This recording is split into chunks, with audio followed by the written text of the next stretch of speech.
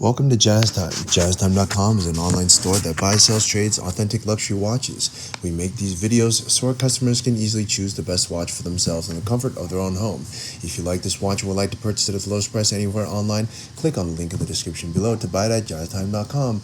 Today, I'll be reviewing the Patek Philippe Chronograph reference 1579 in rose gold with a index dial, salmon index dial. It made in 1949. I will tell you a little bit about the history of this watch. Then I'll tell you about where it stands in the lineup of other similar chronograph Pateks or 1579s. Then I'll tell you about the case, bezel, dial, bracelet movement. Finally try it on and give you my thoughts. So let's start just with a little history. Now the 1579 reference, 1579, had a production date of 1943 to 1964. Now just to put that in a little context, the end of the war, World War II, was 1945. And so in 1943, it was actually still going on.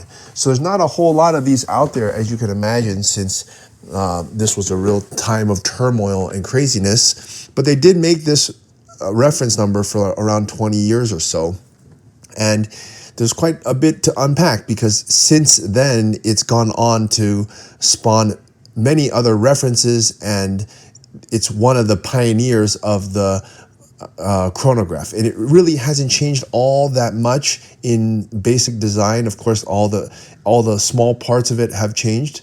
But the basic idea of it being a manual wind and a chronograph, a 30-minute chronograph, all that basically has stayed the same. Okay, so with that said, there's just a little bit of history. Now, the 1579 reference came up to 1964, and then it went on to produce other calendars, several others in between, one of which ended up being the 5170, and then I'll just skip to the most recent because mostly that's what people are looking for. The most recent one, as of 2026, is the 5172. So this 1579 is the direct ancestor, if you will, of the current in production 5172, which is a manual wind chronograph. So you can see the first production and then the last production. The last production, you can actually buy it right now. You can't really easily get this 1579 anywhere else, but you can get it at jazztime.com, and it's a pretty unique watch.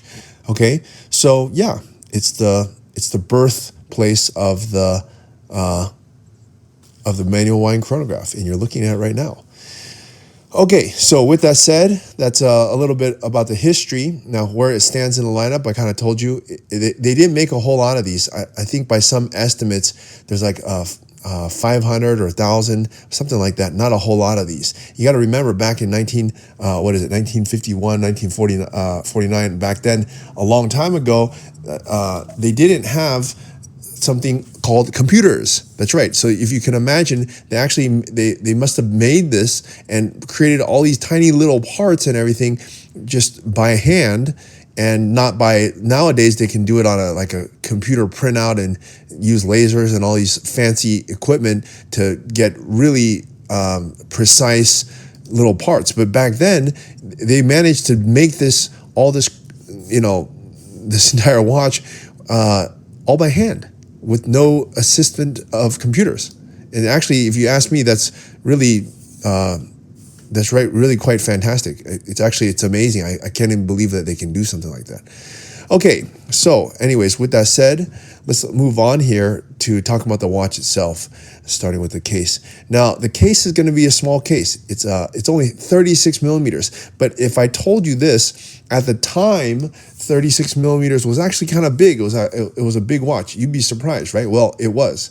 It was a big watch for the time, 36 millimeters. Okay. But yeah, and it's also quite thin. It's only about, I think around 11 millimeters thin, which is actually pretty darn thin if you ask me. And that is because it's using a manual wind movement, all right, first of all. And second of all, Patek is really known for making their movements super duper thin. And this one is no exception to that.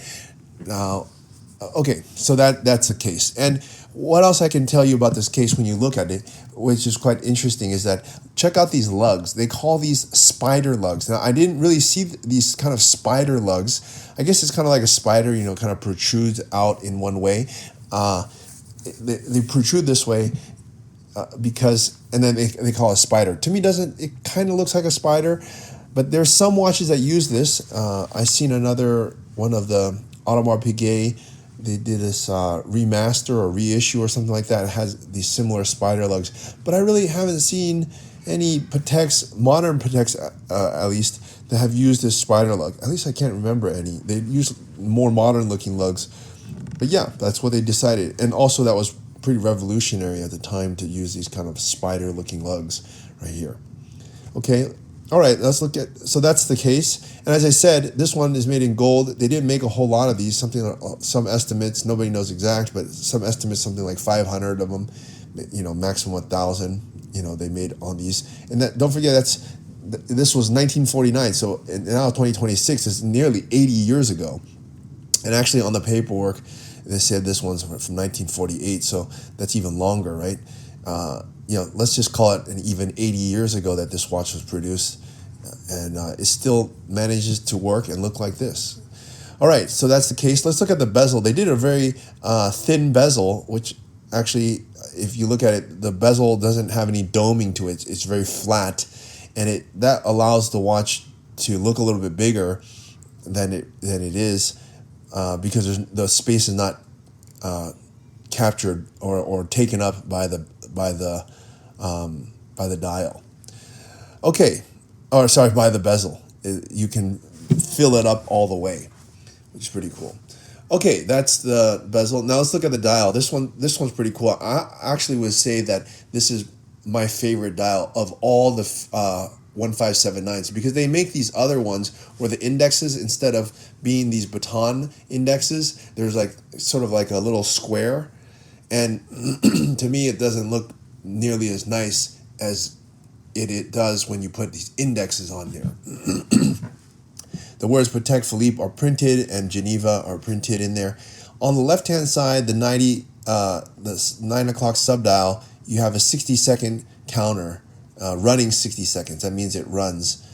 And then you have the minute subdial counter at the 3 o'clock. So when you start the chronograph on the right-hand side, the long hand clicks through as one time, and then the right side moves over one tick. So you have to also remember, in 1948, to have a pocket or a watch that could calculate elapsed time, that was quite a feat, and it was all made mechanically. Don't forget, as I said, there's no computers back then. So quite amazing, really, if you ask me. All right. Okay, and this one, the dial is a salmon dial. It's they call it a raised hour markers in gold, but it really looks salmon to me. That's what they call it on the website. But they make other dials as well. This one just happens to be my favorite of those. It all has a tachymeter at the on the outer rim, which allows you to calculate speed. Okay, all right. So that is it for this part, and let's move on here to the movement. Now the movement, you can't see it anyways, and back then in 1948, 49, Patek was they were taking movements and then modifying it. So the caliber is actually a 13130 movement, but it was based on a Valjoux 23 Ibosh. I'm sure I'm pronouncing that wrong, but anyways, that's the movement that it is using. And they use that caliber later on in other Pateks, like the 130 and the 1463 and so on. So yeah, it's just it's a good movement. It worked. They used it for a very long time, and it has 23 jewels. So, but here you can't see it anyways. So yeah, the newer movements are going to be better, but they've had 80 years to improve upon that. So okay, so that's that. And now let's look at the strap. Not much to say about the strap. It's just a leather strap with a pin buckle on the end of it. So, okay, time to try this watch on my wrist and give you my thoughts. Now, I'm a a big fan of history as well as Patek Philippe and of watches. So this watch, I have to say, is one of the most unique that you're going to come across. It is, first of all, very old. Second of all, from a top watchmaker. Some even call it the best watchmaker. And it's a very nice combination of salmon dial, index, and in very nice condition. And it has history to it. So yeah, it's an expensive watch, but you know, you're getting something that will never be made again. And there's only a limited number of them in the world, and they're getting less and less because people lose them, they break them, and people hold on to them, they don't sell them, and whatever, right? So you get something really unique. So look, if you want to buy this at the lowest price anywhere online, click on the link in the description below to buy it at jazztime.com.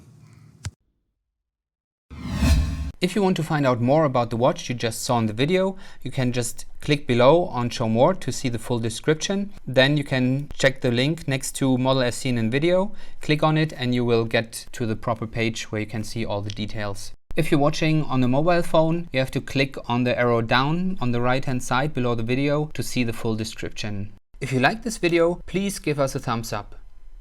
If you would like to share this video with your friends, you can use the share button below and share it on any platform you like. If you have questions, constructive feedback, want to tell us about some mistakes or misspeaks, just write a comment below.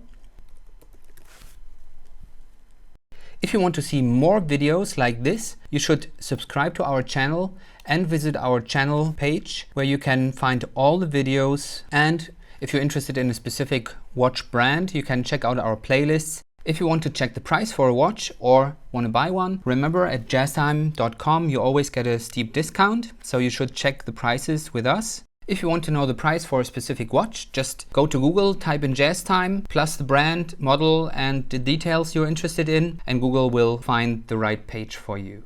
Thank you for watching.